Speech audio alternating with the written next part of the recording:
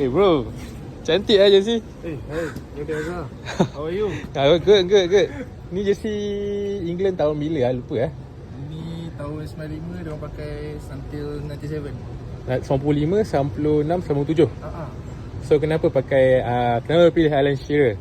Kenapa pilih Alan Shearer? Sebab waktu ni quite iconic. Alan Shearer dia menang Golden Boot Awards. Dia skor 5 gol Dekat Euro 96. Euro 96 dia, berapa gol? 5. 5 gol, okay. Tentu memang dah membesar dan fans England lah. Boleh lah. Boleh lah time tu Time tu umur berapa? time tu umur lahir pun 92. Macam mana Tu lah. Tak, kita memang minat jersey vintage tu Asyik. Tapi kalau cakap pasal fans since World Cup ni, kita fans England lah. Walaupun kita tahu actually it's never gonna come home lah. macam tak confident. Memang tak confident. Even Golden Generation pun tak boleh. Si maksudnya still support England, Still support England. tapi akan predict siapa yang menang. Kita predict outsider Portugal because of Ronaldo.